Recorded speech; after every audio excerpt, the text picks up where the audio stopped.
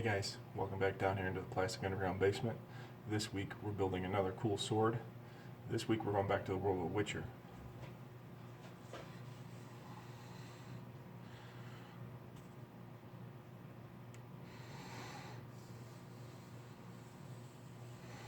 Alright, so to start this build I'm starting with the handle. It's two pieces of PVC pipe. One is PEX, the red one is a PEX pipe. They're both ½ inch, and that pommel is 3D printed. It's I printed it off my printer, my resin printer, just because I didn't want to make it by hand. You totally can. You can sculpt it with clay or with foam clay, but I printed it because it was a little bit easier. So what I'm doing here is I'm putting a little bit of 5mm foam on this PEX pipe here, just to thicken it out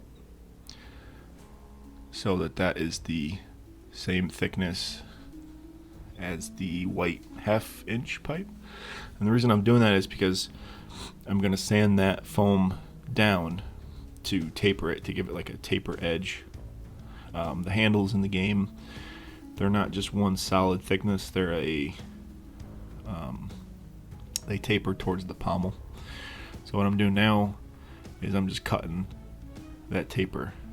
It's a lot easier to cut shapes in first before you sand them all. Just you cut down on dust, so you're not turning it all into dust. You're just it's a lot quicker and faster just to cut it with a razor knife.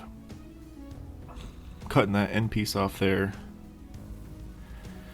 and then I go through with my rotary tool and I sand that part flush with the white PVC first, and then I go through and I kind of sand down to the edge there just to feather it out.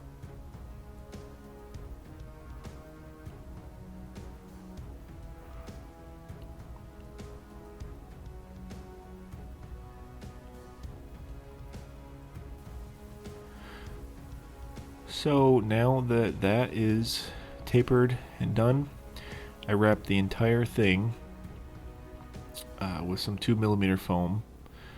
I use two types of glue. I use super glue on the edge just to hold it good, and then contact cement just to really press it down. And I kind of roll it on the bench to get it tight. And then I will wrap that over, find out where the seam is, and I will cut that seam out, and then I'll put some more super glue on the seam and just kind of tuck it in. This handle is wrapped with cord, so I'm not necessarily worried about the seam line. You can try to cut this seam a little better, or you can fill it in with some flexible caulk or even foam clay if you really want a smooth handle. So now this is the sword.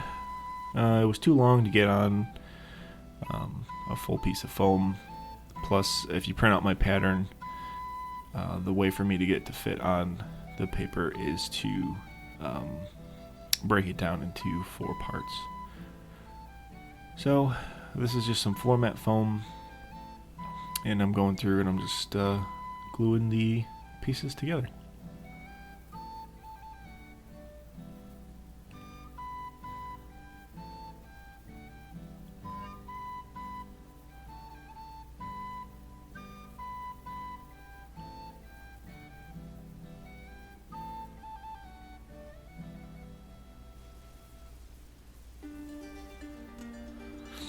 Now to do the what's it called? I forget what they're called on the sword. The it's like a groove cut on the top of the blade. They take weight off of the steel on real swords. I forget what they're called. They have a specific name, but I'm just using this round stone, this bullet-shaped stone, grinding stone, and I'm just slowly and methodically going down the length of the blade to get that line in. Now on the back of the sword, you've seen me do this on the Ronin sword too, if you've watched that video. I put a channel on the back. It's a lot harder on this with that groove on the front, because you can very easily sand from the back right to the front. if you're not careful. So I make a channel in the back, and then I go through with some hot glue, fill that whole thing up with hot glue. Then I put in this wooden dowel. I think this is a 15/16 dowel. Now normally I would cut a groove on the other side of the foam that goes on the back of this, but I'm using 5mm just to keep it thin, the blade thin. So what I'm doing is I'm just using the grinder and I'm just sanding the dowel down so it's flat. It kind of works, but it kind of makes the sword kind of flexy, makes it kind of flexible. So if this is going to be something that you want to like carry around and not have it like flex, wouldn't recommend sanding that dowel. It takes away too much of the structural support. So I would use like fiberglass rod or something a little bit sturdier, or make the sword thicker and cut a channel on both sides. So this is 5mm foam on the back. I cut that a little bigger than the actual shape. Then I'm using this piece of PVC pipe to like a rolling pin to kind of flatten down the foam so it sticks a lot better. Then you just go through with a sharp knife and you follow the sword and you cut all the excess off. This is the hand guard. Cutting this out of some 5. And I was debating whether or not to put like wire in this as a structural support. I ended up not doing that. I put some 2mm what the foam on the back, and that kind of stiffened it up a little bit.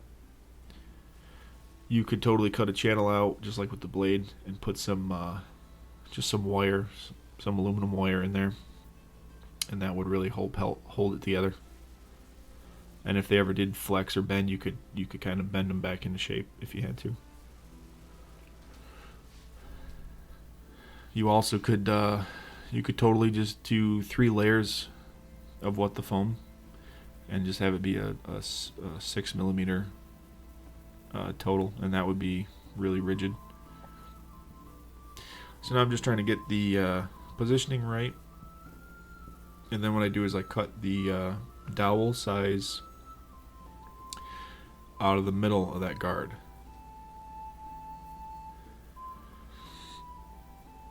So now the guard will fit on both sides of the dowel, which kind of becomes the tang. And then the guard gets covered with two pieces of 10mm foam on top. It's kind of like it's a part of the guard. It's like a beveled, just decorative piece. Which makes it thicker than the sword.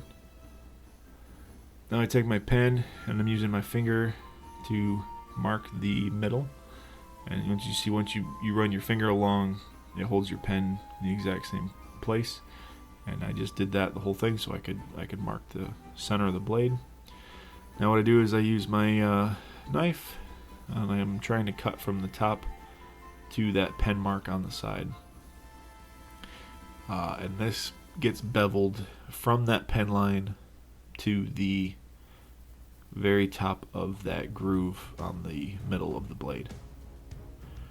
So just like before, I go through and I cut it out with the razor blade first, because it's a lot of foam to remove, and it's a lot easier to do it with a blade first.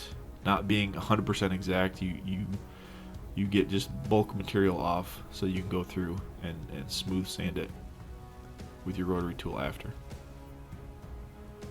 You can see there how I'm slowly just going one direction, not going back and forth, because you don't want to gouge into the foam. So just one direction. So now I glue the guard on. I put glue on the part that goes on the dowel and the part that goes on the sword, just to give a little bit extra strength. Now I'm gluing these smooth side down just so I don't have to worry about the texture of the foam. That's going to get rounded and sanded anyway. So I round the corners first, and then I sand the top down smooth.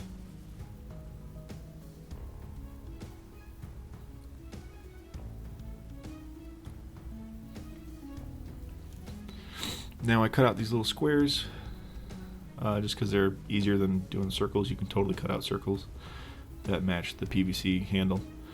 But I use some squares. Now I'm just pouring hot glue into the handle, and then I slide the handle over. You can see how that's already a tight fit as it is. Plus there's 3 of them, and with the glue, you'll never get that off. See, I'm kind of turning it as I'm spinning it on so that that seam is on the back. Like, again, it doesn't matter, just visually for me, I always like to put the seams on the back. Now this is also part of the guard. It's I don't know, it's another decorative piece. I don't really know what its function is, but that goes right there. Goes on top of that guard, kind of covers up some of the blade. And that's 2mm width of foam. So now I got some of these. I just glued 2 pieces of 2mm to make 4mm, and I'm gluing these bands around. I glue it to the back. Cut that to shape. Wow, I didn't realize I did that. I could have jammed right into my wrist. That would have been great. You can. So then you just put this in shape here. Get your seam. Cut that where the seam is, and then super glue those 2 together. And before I put the other 2 on, there's 2 more that go in there. I took my Dremel and I round off both sides because these aren't square, they're actual rings, you know, beveled rings.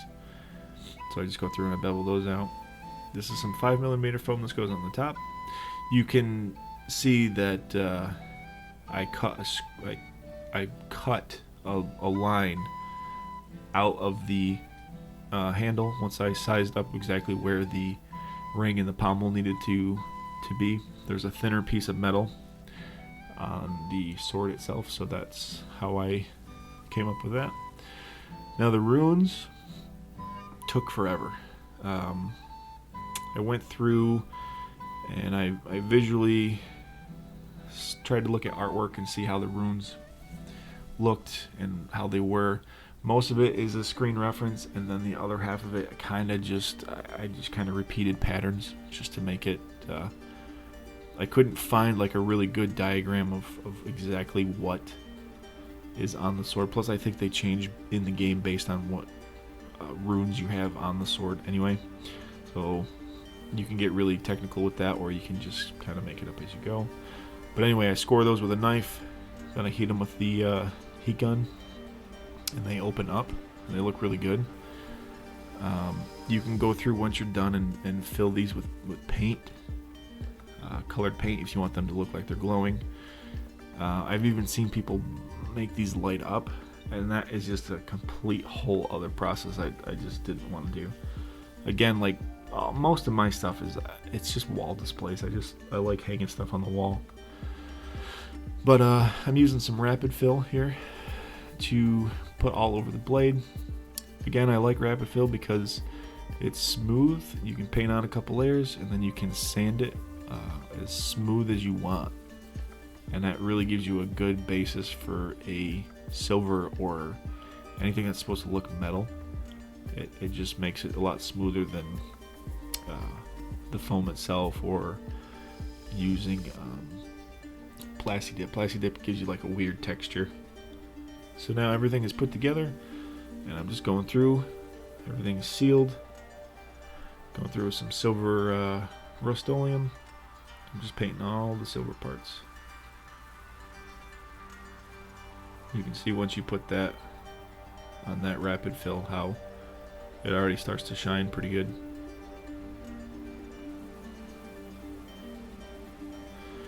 Now here is the cord I'm using. This is just some cord. I bought this at Walmart. It's just some, it's not really twine. It's like a thicker cord than twine. It's more stable, stronger. It's stronger than twine, and it's not all fuzzy. Again, like the runes, this took a while. I put a line of glue down the seam on the back, and then I would wrap that all the way down until I got to the end of the glue. Then I would put some more glue on and then wrap it again. The glue on the back and the tension of the wrap itself will hold this in place. So you don't have to worry about like gluing it a bunch. You literally can just put a little bit of glue on that seam. You make sure that your first, where you start, is glued down good first, and then you wrap it. And also, this is the wrong color. A lot of the swords in the game actually have this brown color for the wrapping, but for this it's not. So I will be painting it later, and it actually paints really well. It soaks up the paint, and it looks really good. So when I get to the end there, I just cut the extra and make sure that that looks good. Kind of flush it around and put a little bit of glue. Use that tool, and you can use any tool, and just kind of make sure it's in place. If there's a little gap like there was on mine, I just glued on another tiny strip of that cord, and it looks pretty good. It's just one of those little steps that really helps sell the look of the sword, and you know, it adds that much extra to it, to the blade itself. So this is just some black and some mostly brown. You can leave your stuff if you want. I hate clean stuff. It seems like Geralt is the type that is trained to really take care of his swords and keep them sharp mostly. I think that's the most important. But the stuff in the game seems like they're clean for the most part. But realistically, there would be mud and dirt, you know, all that kind of stuff all over it. So I go through here and I brush that on everything. In my opinion, anytime you're doing metal or silver, the black and brown weathering, it helps knock that shine down and make it look more realistic, like it's buffed metal or sharpened metal. It just adds that extra realistic look in my opinion. So I mostly take all that stuff off, but it just really, it dulls it out. And I went through too with a little bit of darker paint, and I really rubbed it into those runes and wiped it off the top, just to darken those up a bit too, just to make sure they really popped. Now here I'm painting the wrap. It's kind of that same paint, just a little bit more black. And I'm just going through and I'm just making sure I paint up to those rings without getting any extra on the rings first. And then I go through and I just paint the seam. I try to paint at an angle so that the brush gets between the cord, if there's any spots where the cord isn't completely like touching, just so you don't see any silver underneath it.